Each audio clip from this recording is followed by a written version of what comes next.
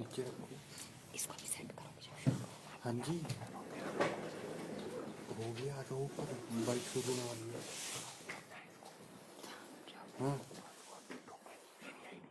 हाँ थोड़ा बहुत। आप क्या मैं बस कुछ नहीं होता तो क्या हो गया, मेरे को भी चाहिए ना।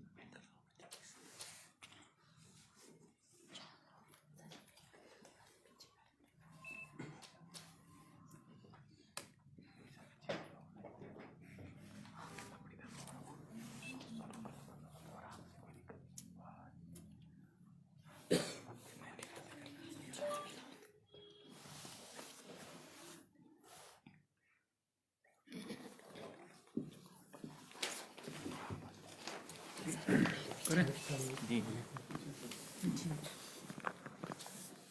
आज हिमाचल प्रदेश मंत्रिमंडल की बैठक तो मुख्यमंत्री श्री जयराम ठाकुर जी की अध्यक्षता में संपन्न हुई, जिसमें कोविड की वर्तमान स्थिति और वैक्सीनेशन के बारे में स्वास्थ्य विभाग द्वारा प्रेजेंटेशन दी गई और इसी से संबंधित शिक्षा विभाग द्वारा भी जो है वो स्कूल कॉलेजेस से संबंधित जो है वो विषय विचारार्थ लाया गया। मंत्रिमंडल ने जो वर्तमान कोविड-19 की स्थिति है, जिसमें अब एक्टिव केसेस जो हैं वो 2 फिगर्स में रह गए हैं। पिछले 2-3 दिन से कोई मृत्यु जो है वो रिपोर्ट नहीं हुई है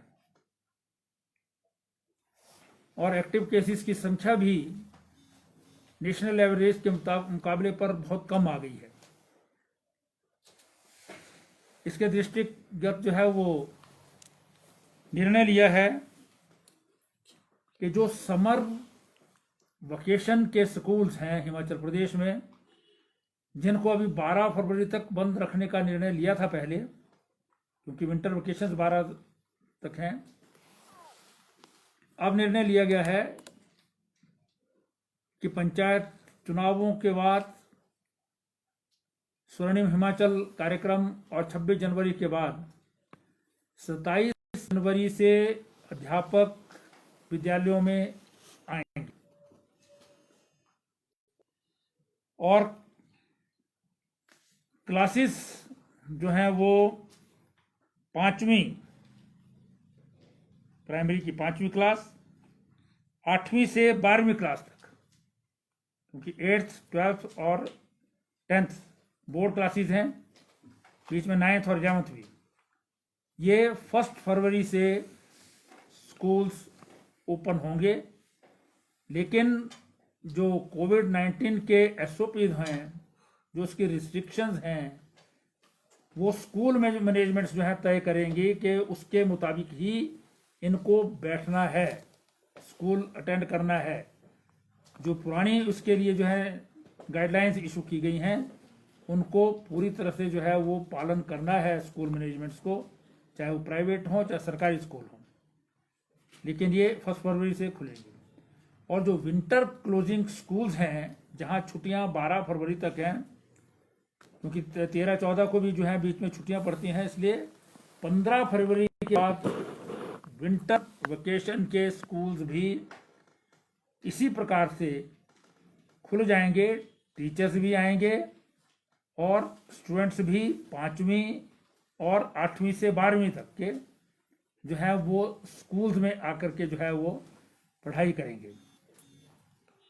बाकी क्लासेस की जो है जो ऑनलाइन पढ़ाई चल रही है वो चलती रहेगी। और विंटर वेकेशन में भी जो 15 फरवरी के बाद खुलने हैं, उसमें भी जो ऑनलाइन पढ़ाई अभी चल रही है वो बदस्तूर जो है वो कंटिन्यू करेगी। इसी के साथ साथ जो ITIs हैं, इंजीनियरिंग कॉलेज हैं, पॉलिटेक्निक हैं, वो भी 1 फरवरी से जो है वो खुल जाएंगे। जैसे उनका जो है वेकेशंस का शेड्यूल है उसी के हिसाब से। कॉलेजेस में 6 फरवरी तक छुट्टी है, 7 को संडे है, इसलिए 8 तारीख से एज यूजुअल कॉलेज टीचर्स और स्टूडेंट्स कॉलेज में आकर के जो है पढ़ाई करेंगे या कराएंगे।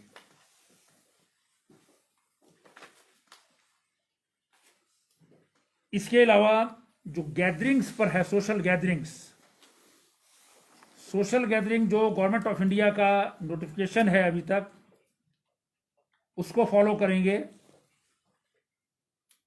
कमरे के अंदर मतलब हॉल में कोई भी कार्यक्रम, सोशल गैदरिंग जो है उस कमरे की 50% capacity subject to the maximum number 200, चाहे जितना बड़ा हॉल होगा 200 से ज्यादा संख्या नहीं होगी हॉल के अंदर, लेकिन 50% कैपेसिटी उस कमरे की होगी। और ओपन में जो है वो 50% ऑफ द कैपेसिटी, उसमें मैक्सिमम नंबर नहीं है। जितना उस स्पेस की जो है वो कैपेसिटी है उसका जो है 50%। जहां 10,000 की कैपेसिटी है तो वहां 5,000 से ज्यादा नहीं होंगे। सब स्थानों पर जो SOP है, 2 गज की दूरी है, मास्क है, ये बदस्तूर जो है वो कंटिन्यू करेगा।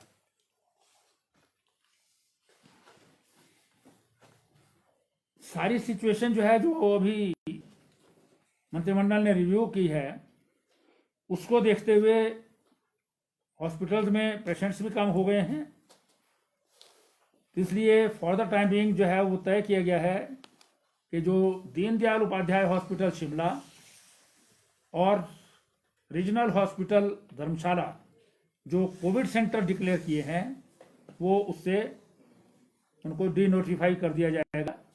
वहां पर अब OPD काम करना शुरू करेंगी एज यूजुअल। 5-6 लोग बचे हैं यहाँ, उनको जो है शिफ्टिंग होगी या छुट्टी होगी, उसको देखते हुए OPDs जो है इन हॉस्पिटल में शुरू कर दी जाएगी। फिर 4 जगह मेकशिफ्ट हॉस्पिटल बनाए गए हैं कोविड स्थिति को देखते हुए। भगवान न करे कि भी फिर से कुछ स्पाइक हो, लेकिन परमानेंट इसका जो है अल्टरनेटिव यूज जो है वो भी तय कर दिया है। IGMC में जो मेकशिफ्ट हॉस्पिटल है वो मेडिकल ICU के रूप में काम करेगा।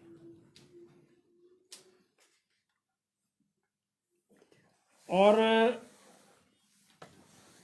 RPGMC टांडा में कम्युनिकेबल डिजीज जो हैं, जो दूसरों को जाती हैं छुआछूत की, उसके जो है बीमारियों के सेंटर के रूप में जो है काम करेगा। और CH नालागढ़ जो है वो ट्रॉमा केयर सेंटर के रूप में काम करेगा। और जो नेर चौक में है मेकशिफ्ट हॉस्पिटल एट नेर चौक मंडी, वो वहाँ पर सुपर स्पेशलिटी वार्ड के रूप में जो है वो उपयोग में भविष्य में लाया जाएगा। वैसे ये कोविड के दृष्टिगत बनाए गए थे, आवश्यकता पड़ी तो ये कोविड के लिए यूज़ होंगे, लेकिन अल्टरनेटिव यूज़ इनका जो है वो जो तय किया है वो कैबिनेट ने तय कर दिया है कि किस प्रकार से इनको हमें लाया जाएगा। इसके अतिरिक्त जो है वो मंत्रिमंडल ने निर्णय लिया है Messrs RCCPL private limited Navi Mumbai, इनको लेटर ऑफ इंटेंट इनकी फेवर में जो है वो ग्रांट किया गया है माइनिंग लीज का, जो 599.1935 हेक्टेयर्स एरिया होगा, जो कमांदल, कुमारला, गितारा और चौपाल के ऐसे क्षेत्रों में जो है वो होगा। ये सीमेंट प्लांट लगाने के लिए जो है ये लीज दी जाएगी कि वहाँ पर सीमेंट प्लांट लगाया जाए, जिसका पर्सपेक्टिव जो है वो पहले का उनको दे रखा था, लेकिन अब जो है वो सारी छानबीन करने के बाद और वो उसकी रिपोर्ट सबमिट होने के बाद लेटर ऑफ इंटेंट जो है LOI जो है वो इनको ग्रांट करने का निर्णय लिया गया है।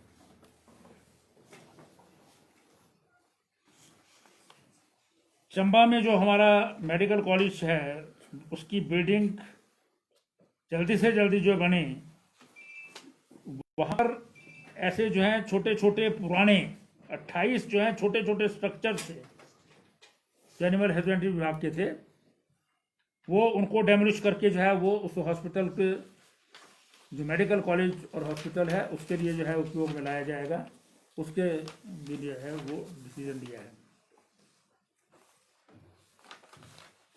फिर महत्वपूर्ण निर्णय लेते हुए, क्योंकि वर्तमान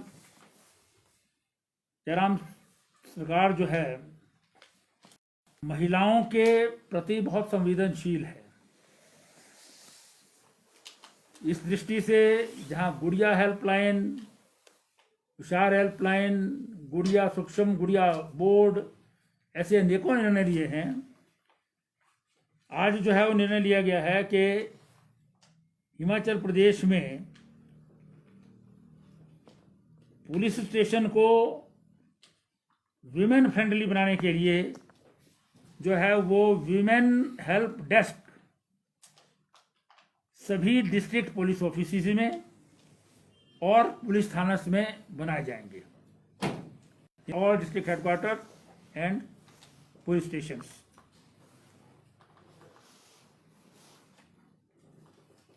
इसके अलावा जो है वो इसी काम के लिए 136 स्कूटी या स्कूटर, साथ में 272 हेलमेट्स और 136 desktop computers in women help desk जो हैं बने हुए, और जो आज निर्णय लिया बनाने का, उन सब में जो है ये पूरा उनको फुली इक्विप्ड किया जाएगा, कंप्यूटर के द्वारा भी, हेलमेट्स के द्वारा भी, स्कूटीज भी जरूरत पड़ने पर स्कूटी स्कूटर का उपयोग जो है वो डेस्क जो है वो कर सकेंगे। इसी प्रकार से जो है वो एंटी ह्यूमन ट्रैफिकिंग यूनिट 6 जिलों में शिमला, कांगड़ा, कुल्लू, सिरमौर, सोलन और चंबा में जो है वो इनको भी स्ट्रेंथन किया जाएगा, जिसमें जो भी इनकी जो है वो सामान, गाड़ियों इत्यादि की जरूरत है उसको जो है सैंक्शन दी गई है।